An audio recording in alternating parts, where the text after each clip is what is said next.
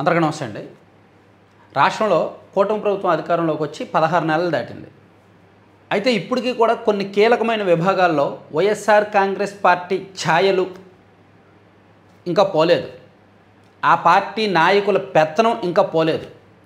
దానికి ప్రధానమైన కారణం ఏంటంటే వైసీపీ అధికారంలోకి దిగిపోయినప్పటికీ అధికారులు కొన్ని విభాగాల్లో వాళ్ళకి అనుకూలంగా పనిచేస్తుండడం ఒకటో కారణం. ఎందుకంటే వాళ్ళకి కావాల్సిన లబ్ధి వాళ్ళు ఇచ్చేస్తారు. ఇక రెండో కారణం, కూటమిలో ఉన్న కొంతమంది నాయకులు, ఎమ్మెల్యేలు కావచ్చు, కొంతమంది మంత్రులు కావచ్చు, వైసీపీలో ఉన్న కీలక వ్యక్తులతో స్నేహం సాన్నిహిత్యం నడుపుతుండడం. సో రాజకీయమే, వ్యాపారమే కదా. రాజకీయంగా పార్టీలు వేరు, వైరుధ్యాలు ఉన్నాయని కలిసి వ్యాపారం చేయకూడదని రూల్ లేదుగా, రాజ్యాంగంలో లేదుగా, చట్టంలో లేదుగా. అందుకని ఈ వెసులుబాటును కొంతమంది వాడుకొని వైసీపీ వాళ్ళకు పనులు చేసి వాళ్ళ దగ్గర లబ్ధి పొందుతున్నారు, లేదా వాళ్ళతో కలిసి వ్యాపారం చేస్తున్నారు. ఇందులో ఎక్కువగా గనుల శాఖ, రాష్ట్రంలో ఎక్కువగా అవినీతి జరిగే అవకాశం ఉన్న శాఖల్లో చూసుకుంటే ఫస్ట్ ప్లేస్లో ఉండేది గనుల శాఖే. ఆ తర్వాతే ఎక్సైజ్ కావచ్చు, లేదా ఇతర ట్యాక్స్ డిపార్ట్మెంట్, వాణిజ్య పన్నులు, అది ఇది వేరేవన్నీ కూడా తర్వాత ఉంటాయి. రెవెన్యూ కానీ ఇవన్నీ తర్వాత ఉంటాయి. కానీ ఫస్ట్ ప్లేస్లో మాత్రం గనుల శాఖ ఉంటుందన్నమాట. సో ఈ గనుల శాఖలో ఫైల్ మూవ్ అవ్వాలి అంటే కింది స్థాయి నుంచి జిల్లా స్థాయి వరకు, ఉన్నత స్థాయి వరకు లీజ్ మంజూరు చేయాలన్నా, రెన్యువల్ చేయాలన్నా, లీజ్ కేటాయించాలన్నా, ఏం చేయాలన్నా సరే భారీగా ముడుపులు ఉంటాయి.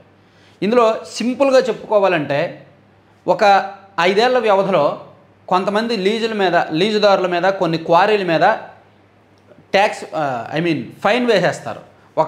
ఒక క్వారీ మీద 50 లక్షలు ఫైన్ వేశారు అనుకుందాం. అటువంటి ఒక 200 లీజుల మీద, 200 క్వారీల మీద ఒక్కొక్క చోట ఒక 50 లక్షల కోటి రూపాయలు ఫైన్ వేశారు అనుకుందాం.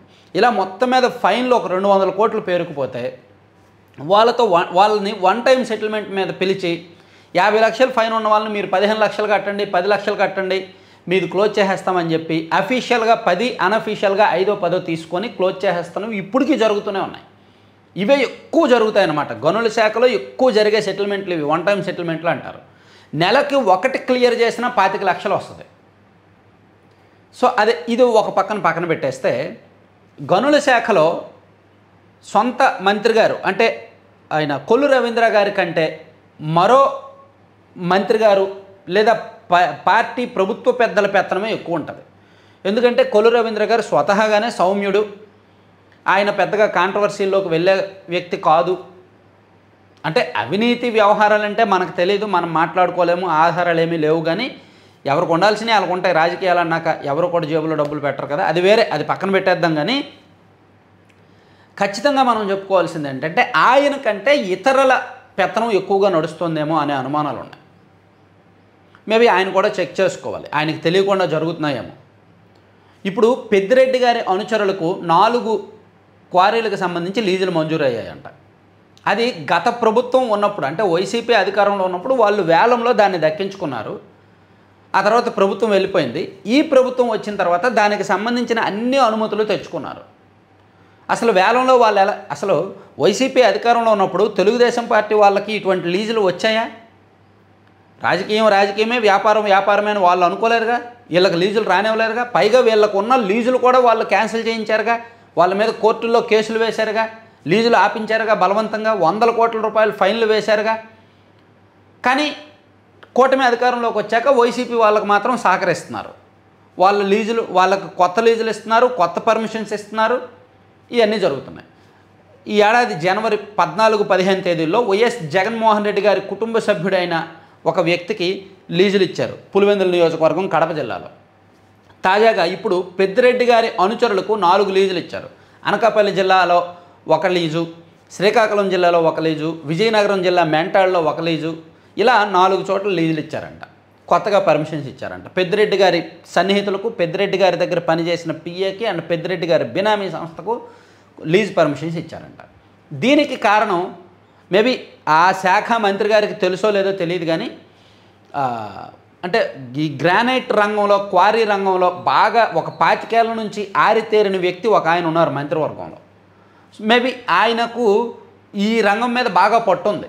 ఎక్కడెక్కడ క్వారీ ఉంది, దాని విలువ ఏంటి, దాని బిజినెస్ పరిధి ఏంటి, దానివల్ల ఎంత వస్తుంది, ఇదంతా కూడా బాగా తెలిసిన నిపుణుడు అనమాట. ఆయన మంత్రివర్గంలో ఉన్నారు, ఆయన మంత్రిగా ఉన్నారు.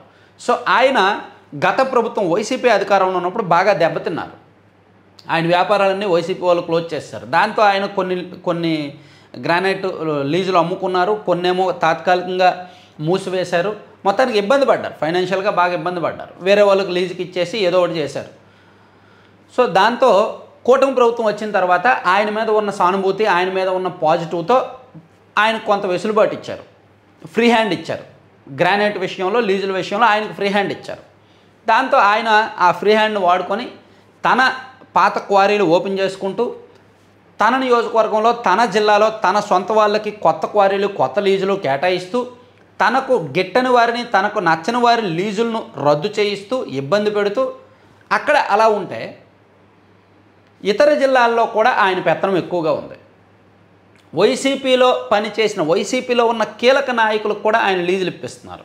అది ఇక్కడ సమస్య. ఆయన పార్టీకి కావాల్సిన వ్యక్తే, వ్యక్తిగతంగా ఆయన చాలా మంచి వ్యక్తే. కానీ వ్యాపారానికి వచ్చేసరికి రాజకీయంగా శత్రువులమైనంత మాత్రాన కలిసి వ్యాపారం చేయకూడదని రూల్ లేదు కదా అనే ఒక చిన్నది వాడుకొని కలిసి వాళ్ళతో గ్రానైట్ బిజినెస్, క్వారీ బిజినెస్ చేస్తున్నారనే ఆరోపణలు ఉన్నాయి. చిత్తూరు జిల్లా నగిరి నియోజకవర్గంలో ఇద్దరు కలిసి, అంటే పెద్దిరెడ్డి గారు ప్లస్ ఈయన కలిసి ఒక క్వారీ బిజినెస్ చేస్తున్నారని ఎప్పుడో మనం ఒక 4-5 నెలల కిందట ఒక వీడియోలో చెప్పుకున్నాం. సో అది వాస్తవమే, ఇప్పటికీ కూడా కొనసాగుతోంది. అయితే ఆయన సహకారంతోనే ఇప్పుడు పెద్దిరెడ్డి గారి అనుచరులకు లీజులు వచ్చాయి, ఆయన ఆదేశాలతోనే పెద్దిరెడ్డి గారి అనుచరులకు పనులు జరుగుతున్నాయి అనే టాక్ గనుల శాఖలో అంతర్గతంగా వినిపిస్తోంది. ఇది చాలా పెద్ద విషయం, చాలా సీరియస్ విషయం. ఈయన లబ్ధి పొందని తప్పులేదు, ఈయన తన పార్టీ వాళ్ళకి ఎవరికైనా ఇచ్చుకొని తప్పులేదు. కానీ పెద్దిరెడ్డి గారి మనుషులకు ఇవ్వడం సగటు తెలుగుదేశం పార్టీ క్యాడర్ జీర్ణించుకోలేకపోతున్నారు, అది యాక్సెప్ట్ చేయలేకపోతున్నారు. సో ఇవి జరగకుండా చూసుకోవాల్సిన బాధ్యత కూటమి ప్రభుత్వం మీద ఉంది. సో కొన్ని విషయాలు అడ్డుకట్ట వేయాలి. మరి అపరిమితంగా ఇచ్చేస్తే క్యాడర్ సెంటిమెంట్స్ అండ్ క్యాడర్ ఎమోషన్స్కి సంబంధించిన విషయం అన్నమాట. ఇవి కొంచెం క్యాడర్ కూడా సీరియస్గా తీసుకుంటారు. సరే, కంటెంట్ అయిపోయింది. కంటెంట్ చివరి వరకు చూసిన ప్రతి ఒక్కరికి కూడా ధన్యవాదాలు.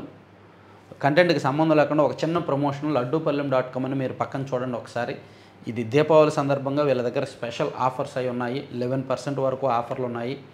అలాగే దీపావళి బల్క్ ఆర్డర్స్ చేసే వాళ్ళకి ఇంకా అదనపు డిస్కౌంట్లు ఉంటాయి. వీళ్ళ దగ్గర ఒక 20 రకాల లడ్డూలు ఉంటాయన్నమాట.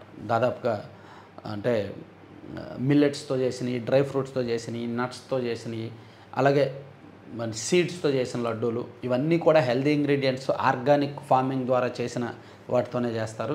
అలాగే వీళ్ళ దగ్గర పౌడర్స్ అండ్ హాట్ స్నాక్స్ కూడా ఉంటాయి, అవి కూడా మీకు కావాలంటే తీసుకోవచ్చు. లడ్డూపల్లెం.com అనే సైట్ విజిట్ చేయండి, లేదా 9997839994 ఆ నెంబర్కు వాట్సాప్లో మెసేజ్ చేయొచ్చు, చేసి తీసుకోవచ్చు. కస్టమర్స్ ఫీడ్బ్యాక్ కూడా, మన వ్యూవర్స్, సబ్స్క్రైబర్స్ వీళ్ళ దగ్గర కొంటున్న వాళ్ళ ఫీడ్బ్యాక్ కూడా 95% పాజిటివ్గా వస్తుంది. అందుకే మనం కూడా ప్రమోట్ చేస్తున్నాం. Thank you.